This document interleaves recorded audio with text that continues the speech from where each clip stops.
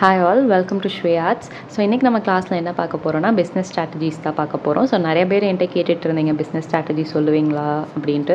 So S, கண்டிப்பாக இன்றைக்கி கிளாஸில் நம்ம பிஸ்னஸ் ஸ்ட்ராட்டஜி தான், எனக்கு தெரிஞ்ச பிஸ்னஸ் ஸ்ட்ராட்டஜிஸ் தான் உங்ககிட்ட ஷேர் பண்ண போகிறேன். ஸோ அதுக்கு முன்னால் நம்ம சேனலில் புதுசாக பார்க்குறீங்கன்னா மறக்காமல் சப்ஸ்கிரைப் பண்ணிக்கோங்க. அதுவும் இல்லாமல் நாங்கள் வந்து பேசிக் மேக்கிங் சீரீஸ் தான் வந்து பண்ணிட்டுருக்கோம். இந்த class full and full free தான். உங்களுக்கு இந்த கிளாஸில் ஜாயின் பண்ண இன்ட்ரெஸ்டடாக இருந்தீங்கன்னா கீழே டிஸ்கிரிப்ஷனில் என்னோடய காண்டாக்ட் நம்பர் கொடுத்துருக்கேன். அதுக்கு ஐ எம் இன்ட்ரெஸ்டட்னு ஒரு மெசேஜ் போட்டிங்கன்னா நான் உங்களுக்கு ஃபர்தர் அப்டேட்ஸ் தரேன். ஓகே, ஸோ இன்னைக்கு கிளாஸ்க்குள்ளே போகலாம். ஸோ பிஸ்னஸ் ஸ்ட்ராட்டஜியில் ஃபர்ஸ்ட் அண்ட் ஃபோர்மோஸ்ட்டாக உங்களுக்கு இம்பார்ட்டண்ட்டான விஷயம் வந்து பிராண்டிங் அண்ட் ஐடென்டிட்டி தான். ஸோ பிராண்டிங் அண்ட் ஐடென்டிட்டி அப்படின்னா என்னென்னா, உங்களுக்குன்னு ஒரு பிராண்டை நீங்கள் உருவாக்கணும். இப்போ நான் என்னோடய பர்சனல் இன்ஸ்டாகிராம் பேஜில் நான் பிஸ்னஸ் பண்ணுறேன் அப்படிங்கிறது வந்து அவ்வளோ ஒர்க் அவுட் ஆகாது. ஸோ நீங்கள் இதுக்குன்னு ஒரு இன்ஸ்டாகிராம் பேஜ், இதுக்குன்னு ஒரு பிராண்ட் நேம் அப்படிலாம் வச்சிங்கன்னா அது வந்து இன்னும் கொஞ்சம் பெட்டராக வந்து உங்களுக்கு பூஸ்டப் ஆகும். இப்போது உங்கள் இன்ஸ்டாகிராம் பேஜில் வந்து அதுக்குன்னு ஒரு பிராண்ட் நேம், ஸோ அதுதான் உங்கள் பிராண்ட் நேம். நீங்கள் ஒரு கஸ்டமருக்கு ஒரு ப்ராடக்ட் கொடுக்கும் போதுமே அந்த ப்ராடக்ட்டில் கண்டிப்பாக உங்கள் பிராண்ட் நேம் வந்து இருக்கணும். ஸோ இந்த லோகோ ஸ்டிக்கர் அது மாதிரி, ஸோ உங்களுக்குன்னு ஒரு பிராண்ட் நேம், அதுக்கு ரிலேட்டடாக லோகோ ஸ்டிக்கர், அண்ட் உங்கள் இன்ஸ்டாகிராம் பேஜை வந்து ரொம்ப ப்ரொஃபஷ்னலாக வச்சுக்கோங்க. ஃபார் எக்ஸாம்பிள் இப்போ பயோ எல்லாமே வந்து சும்மா ரேண்டமாக என்னென்னமோ போடுறக்கு உங்கள் பிஸ்னஸை பற்றி, உங்கள் பயோவை படித்தா உங்கள் பிஸ்னஸ் தெரியணும் உங்களை பற்றி. ஸோ அந்த மாதிரி இப்போ வந்து உங்களோட பயோவில் வந்து உங்கள் பர்சனல் இன்ஃபர்மேஷன்ஸ் வந்து தேவையில்லை. அதாவது உங்கள் பிஸ்னஸ் பேஜில் உங்கள் பர்சனல் இன்ஃபர்மேஷன்ஸ் நீங்கள் அவ்வளோவா கொடுக்க தேவையில்லை. லைக் பர்சனல் இன்ஃபர்மேஷன்ஸ் இந்த சென்ஸ், நான் இந்த ஸ்கூலில் படித்தேன், நான் அந்த காலேஜில் படித்தேன் அப்படிங்கிற எந்த இன்ஃபர்மேஷன்ஸும் உங்கள் பிஸ்னஸ் பேஜில் நீங்கள் கொடுக்க தேவையில்லை. பிஸ்னஸ் பேஜோட பயோ வந்து ரொம்ப ப்ரொஃபஷ்னலாக ஷார்ட் அண்ட் ஸ்வீட்டாக வச்சுக்கோங்க. அண்ட் அது வந்து உங்கள் பிஸ்னஸை பற்றி ஃபுல்லாக எக்ஸ்பிளைன் பண்ணுற மாதிரி. நான் இங்கே என்னோடய பேஜோட ஃபோட்டோ உங்களுக்கு காட்டுறேன். ஸோ இந்த மாதிரி ஒரு மாதிரி ப்ரொஃபஷ்னலாக வச்சுக்கோங்க. நீங்கள் போடுற போஸ்ட்டு, நீங்கள் போடுற ரீல்ஸ் எல்லாமே ப்ரொஃபஷ்னலாக வச்சுக்கோங்க. கீழே கோட்ஸு, ஸோ அந்த எல்லா இதுலேயுமே உங்களோட பிஸ்னஸை எக்ஸ்பிளைன் பண்ணுங்கள். இது இவ்வளோ ப்ரைஸ், எனக்கு டிஎம் பண்ணுங்கள் இதை பர்ச்சேஸ் பண்ணுறதுக்கு, அந்த மாதிரி ரொம்ப ப்ரொஃபஷ்னலாக மெயின்டைன் பண்ணுங்கள். அண்ட் பிராண்ட் ரொம்ப முக்கியம். இப்போ என்னோடய பேஜ் பேர், என்னோடய பிஸ்னஸ் பேர் எல்லாமே ஸ்வேயார்ட்ஸ் தான். ஸோ அது வந்து அதுதான் வந்து என்னோடய பிராண்டோட பேர். நான் அதுக்குன்னு ஒரு லோகோ வச்சுருக்கேன். இப்போ நான் ஒரு கஸ்டமருக்கு ப்ராடக்ட் கொடுத்தாலுமே அதில் லோகோ ஸ்டிக்கரில் ஸ்வேயார்ட்ஸுங்கிறது கண்டிப்பாக போகும். ஸோ அந்த மாதிரி பிராண்டிங் அண்ட் ஐடென்டிட்டி ரொம்ப முக்கியம். ஸோ அதுதான் வந்து ஃபர்ஸ்ட் அண்ட் ஃபோர்மோஸ்ட்டாக வந்து உங்கள் பிஸ்னஸ்க்கு வந்து தேவையான ஒரு ஸ்ட்ராட்டஜி அப்படின்ட்டு. நெக்ஸ்ட்டு பார்த்தீங்கன்னா மார்க்கெட்டிங் ஸ்ட்ராட்டஜி. மார்க்கெட்டிங் ஸ்ட்ராட்டஜி அப்படின்னா ஃபர்ஸ்ட்டு வந்து நீங்கள் இப்போ இன்ஸ்டாகிராம்லேயே ரீல்ஸ்லாம் போடுறீங்கன்னா அதில் ஹேஷ்டேக்ஸ் யூஸ் பண்ணி போடுங்க, ட்ரெண்டி மியூசிக்ஸ் யூஸ் பண்ணி போடுங்க. அண்ட் அது மட்டும் இல்லாமல் இப்போது ஒரு 1K to 10Kல இருக்கிற இன்ஃப்ளூயன்சஸ் இருக்காங்களோ, ஸோ அவங்களாமே நம்ம டிஎம்ஸ்க்கு வந்து ரிப்ளை பண்ணுவாங்க. ஸோ நீங்கள் வந்து அவங்களுக்கு வந்து மெசேஜ் பண்ணி யூ கேன் ட்ரை, லைக் நான் வந்து ஒரு 5 bracelets உங்களுக்கு வந்து ஃப்ரீயாக அனுப்புகிறேன், நீங்கள் அதை ரிவ்யூ பண்ணுங்கள் அப்படின்ட்டு. ஸோ அது மாதிரி நானே வந்து நிறையா இன்ஃப்ளூயன்சஸ், ஐ திங்க் ஒரு 3 to 4 இன்ஃப்ளூயன்சஸ்க்கு நான் என்னோடய ப்ராடக்ட் சென்ட் பண்ணி அண்ட் அவங்களும் நீட்டாக ரிவ்யூ பண்ணி கொடுத்துருக்காங்க.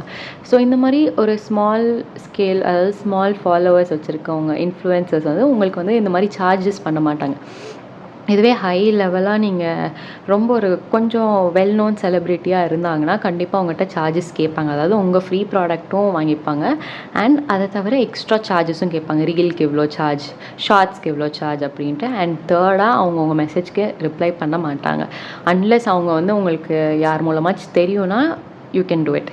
அண்ட் அதுக்கு ஸோ ஒரு ஸ்ட்ராட்டஜி வந்து இந்த மாதிரி ஒரு 1K ஃபாலோவர்ஸ், 10K ஃபாலோவர்ஸ் அந்த மாதிரி இருக்கிறவங்ககிட்ட வந்து நீங்கள் உங்கள் ப்ராடக்ட் அனுப்பி உங்களுக்கு வந்து ரிவ்யூ பண்ண சொல்லலாம். ஓகேவா? ஸோ தேர்டாக பார்த்தீங்கன்னா கஸ்டமர் என்கேஜ்மெண்ட். கஸ்டமர் என்கேஜ்மெண்ட் அப்படின்னு என்னென்னா, இப்போ வந்து நீங்கள் வந்து ஆஃபர்ஸ் போடலாம், கஸ்டமர்ஸ்க்கு வந்து பை 1 get 1 அண்ட் அவங்களுக்கு ஏற்ற மாதிரி கஸ்டமைசேஷன்ஸ். ஸோ உங்கள் ரீல்ஸ்லேயுமே வந்து நீங்கள் இந்த மாதிரி 2 பேர்த்த டேக் பண்ணுங்கள். நான் கிவ்அவேஸ் இந்த நிறைய கிவ்அவேஸ் நீங்கள் பார்த்துருப்பீங்கன்னு நினைக்கிறேன். இந்த 2 பேர்த்த டேக் பண்ணுங்கள், நான் இதுலேருந்து யாருக்காச்சும் ஒரு ஃப்ரீ ப்ராடக்ட் கொடுக்குறேன். ஸோ அந்த மாதிரி இன்ட்ராக்டிவாக நீங்கள் ஏதாச்சும் வச்சுக்கலாம். இல்லை உங்களுக்கு பிடிச்ச கலர் அந்த மாதிரி ஏதாவது இன்ட்ராக்டிவாக நீங்கள் வச்சுக்கலாம்.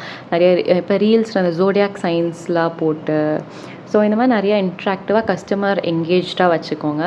ப்ரைஸிங் அண்ட் ப்ராஃபிட் பார்த்திங்கன்னா கஸ்டமர்ஸை பொறுத்த வரைக்கும் நீங்கள் வைக்கிற ப்ரைஸ் பட்ஜெட் ஃப்ரெண்ட்லியாக இருக்கணும் அண்ட் உங்களை பொறுத்த வரைக்கும் லாஸாக இருக்கக்கூடாது. ஸோ அப்படி தான் ஒரு ப்ரைஸ் ஃபிக்ஸ் பண்ணணும். இப்போ நீங்கள் வந்து இல்லை எனக்கு கஸ்டமர்ஸ் தான் வேணும், அதனால நான் வந்து ரொம்ப கம்மி ப்ரைஸ்க்கு வைக்கிறேன், எனக்கு லாஸ் ஆனாலும் பரவாயில்ல, எனக்கு கஸ்டமர்ஸ் தான் நிறையா வேணும் அப்படின்னா நீங்கள் பிஸ்னஸ் பண்ணுறதே வேஸ்ட், உங்களுக்கு லாஸ் தான்.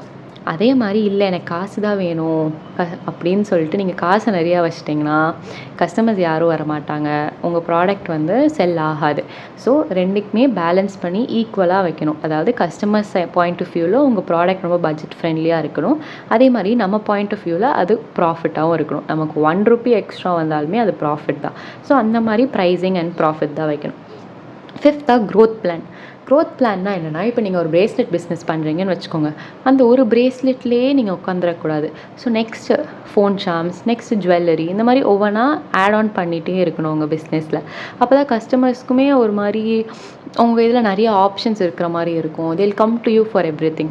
இப்போ உங்கள்கிட்ட வந்து பிரேஸ்லெட் மட்டும் தான் இருக்குன்னா, ஒரு கஸ்டமருக்கு உங்கள் பிரேஸ்லெட் வேணும்னா மட்டும்தான் உங்கள்கிட்ட வர மாதிரி இருக்கும்.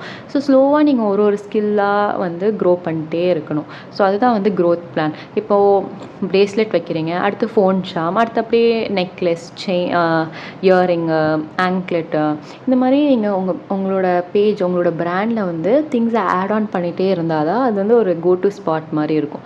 ஸோ என்ன ஒரு கிஃப்ட் ஐட்டம்ஸ் வேணுனாலுமே உங்கள் பேஜை அப்ரோச் பண்ணுவாங்க. இப்போ உங்கள்கிட்ட பிரேஸ்லெட் மட்டும் இருந்துச்சுன்னா அவங்க உங்கள் பேஜை பார்த்து ஓகே பிரேஸ்லெட் மட்டும் தான், எனக்கு இப்போ பிரேஸ்லெட் தேவையில்லை அப்படின்னு போயிடுவாங்க.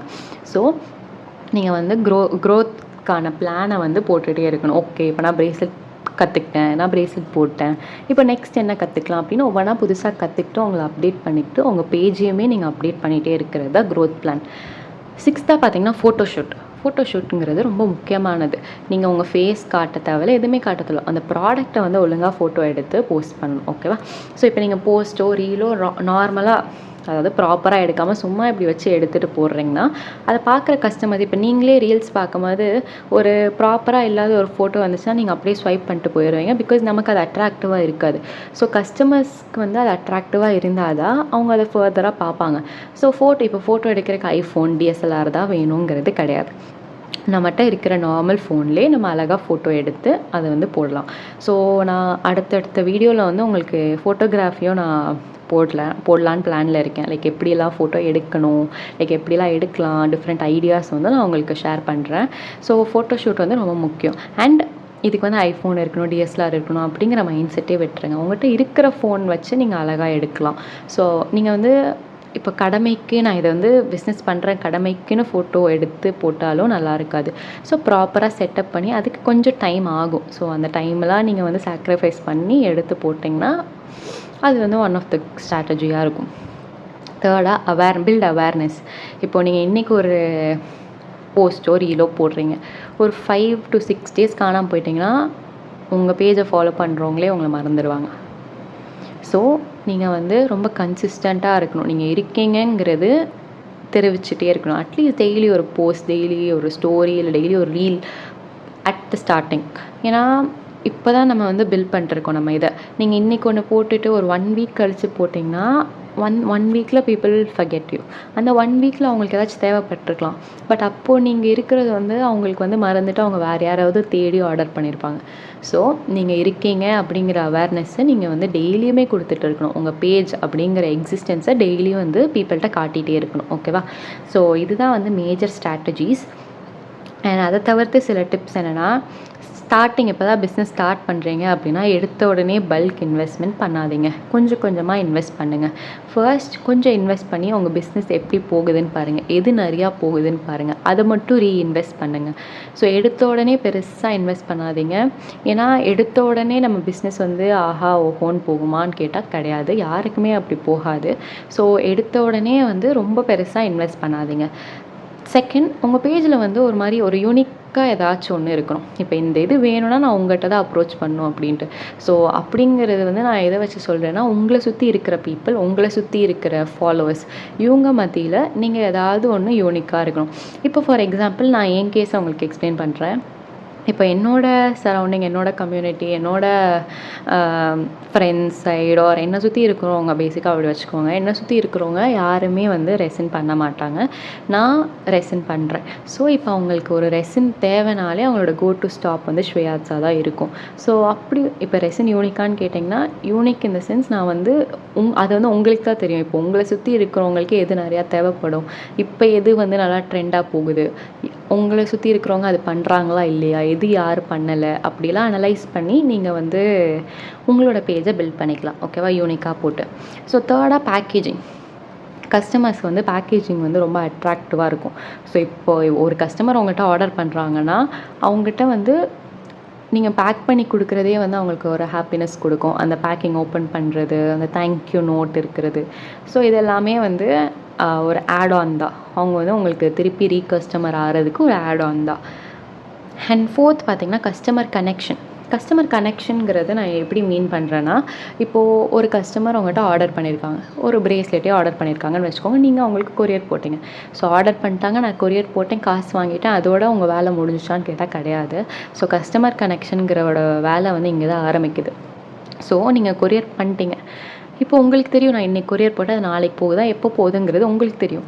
நீங்கள் அடுத்த நாள் வந்து கஸ்டமர்கிட்ட வந்து உங்களுக்கு டெலிவர் ஆச்சா, எங்கே இருக்குது, நீங்களே வந்து ட்ராக் பண்ணி ஸ்டேட்டஸ் பார்த்து உங்கள் ஸ்டேட்டஸ் இதுவாக இருக்குது, அவுட் ஃபார் டெலிவரின்னு இருக்குது, என்னென்னு செக் பண்ணிக்கோங்க, கிடச்சிருச்சா. ஸோ அந்த மாதிரி வந்து நீங்களும் உங்கள் கஸ்டமர்ஸ்க்கு அப்டேட்ஸ் கொடுத்துட்டே இருக்கலாம். அண்ட் மேக் ஷூர் அவங்க கையில் ப்ராடக்ட் போய் ரீச் ஆகிற வரைக்கும் வந்து ரீச் ஆகிடுச்சு அப்படிங்கிற ஒரு இன்ஃபர்மேஷன் உங்களுக்கு கிடச்சக்கப்புறம் தான் உங்களோட டியூட்டி ஓவர்.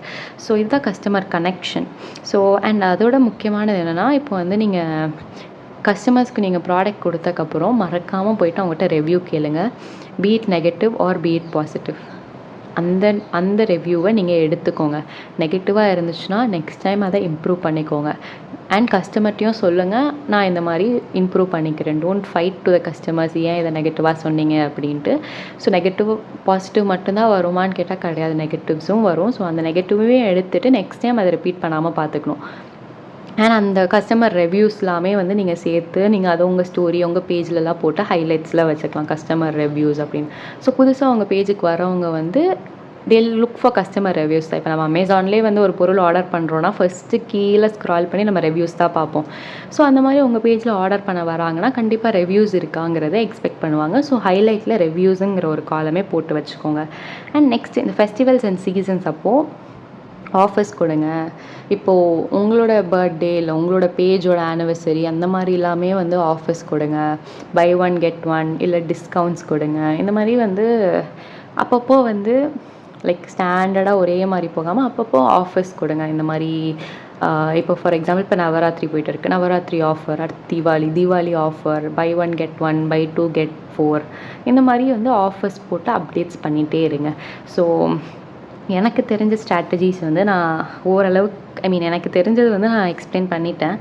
ஸோ இதுக்கு மேலே உங்ககிட்ட ஏதாச்சும் கொஸ்டின்ஸ் இருந்துச்சுன்னா கமெண்ட் செக்ஷனில் போடுங்க. நான் கண்டிப்பாக உங்கள் கொஸ்டின்ஸ்லாம் ஆன்சர் பண்ணுறதுக்கு இன்னொரு வீடியோ போடுறேன். ஸோ இன்றைக்கோட வீடியோ அவ்வளோதான். உங்களுக்குலாம் இது ஹெல்ப்ஃபுல்லாக இருந்துச்சுன்னு நினைக்கிறேன். இது வந்து பிரேஸ்லெட் மேக்கிங்க்கு மட்டும் கிடையாது, நீங்கள் என்ன பிஸ்னஸ் பண்ணீங்கனாலுமே இந்த ஸ்ட்ராட்டஜிஸை நீங்கள் ஃபாலோ பண்ணிக்கலாம். ஸோ உங்களுக்குலாம் இது ரொம்ப யூஸ்ஃபுல்லாக இருந்துச்சுன்னு நினைக்கிறேன். ஸோ கமெண்ட் பாக்ஸில் வந்து உங்கள் ரிவ்யூஸ் ஷேர் பண்ணுங்கள். இன்றைக்கோட வீடியோ அவ்வளோதான். தேங்க்யூ.